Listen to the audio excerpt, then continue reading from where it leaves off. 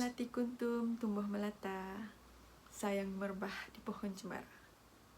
Assalamualaikum, mulanya kata, saya sembah pembuka bicara. Assalamualaikum dan selamat sejahtera saya ucapkan. Nama diberi Amy Anisha Elin binti Jumari, pemegang nombor kad matrik di 201910891130. Pada hari ini, saya akan mengupas mengenai kebaikan menabung dalam kalangan masyarakat.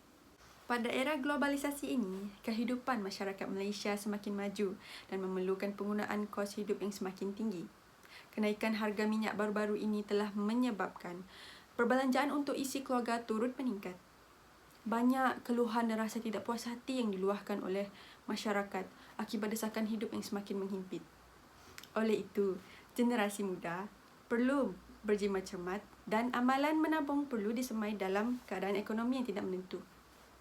Tidak dapat dinafikan bahawa amalan menabung amat penting dalam kehidupan kerana pepatah Melayu pernah berkata, sikit-sikit, lama-lama jadi bukit adalah amat sinonim dengan sifat menabung. Dalam hal ini, siapakah yang memainkan peranan yang penting untuk menggalakkan anak-anak untuk menabung? Semestinya ibu bapa. Ibu bapa haruslah mendidik anak-anak sejak kecil lagi kerana belentur buluh biarlah dari rubungnya. Sesungguhnya amalan menabung ini amat wajib diamalkan kerana mendatangkan impak yang positif kepada semua pihak. Sudah terang lagi bersuluh bahawa kebaikan menabung ialah para pelajar dapat menyambung pelajaran dengan menggunakan wang tabungannya sekiranya diperlukan. Hal ini demikian kerana kos untuk melanjutkan pelajaran semakin meningkat. Bagi golongan miskin pula, wang pendaftaran sesi pengajian sahaja sukar untuk dibayar.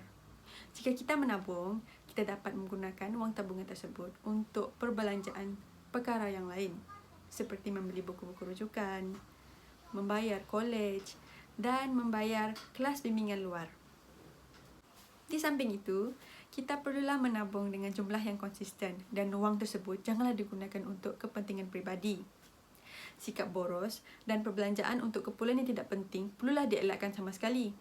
Kesannya, ibu bapa tidak perlu bergolok gadai untuk membiayai kos pengajian anak-anak yang semakin mahal. Faedah yang kedua ialah jika seseorang itu mengamalkan amalan menabung, wang tabungan tersebut dapat digunakan pada waktu kecemasan. Dana kecemasan ini amat penting terutamanya bagi golongan yang sudah berkeluarga. Dana kecemasan ini biasanya disimpan dan digunakan untuk keperluan yang di luar jangkaan. Peribahasa Melayu ada menyatakan bahawa malang tidak berbau.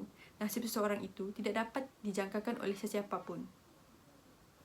Oleh itu, wang tabungan ini dapat membantu orang yang dalam keadaan susah sebagai sumber kewangan. Misalnya, seseorang yang mengalami masalah kesihatan, ditimpa bencana alam dan tragedi kemalangan jalan raya. Natijahnya, wang tabungan ini juga dapat membantu keluarga dan saudara kita yang berada dalam keadaan susah. Dalam erti kata lain, wang tabungan ini sangat membantu dalam memudahkan segala urusan pada masa hadapan. Hal ini jelas dinyatakan dalam peribahasa sediakan payung sebelum hujan. Akhirul kalam, amalan menabung memberi pelbagai manfaat kepada umat manusia sekiranya diurus dengan bijak dan berhemat. Dengan ini, kita sebagai rakyat Malaysia haruslah berfikiran positif untuk memastikan amalan menabung ini diterapkan dalam kehidupan seharian. Jadi, apa tunggu lagi? Ayolah kita menabung. Sikit-sikit, lama-lama jadi bukit. Itu sahaja daripada saya. Sekian, terima kasih.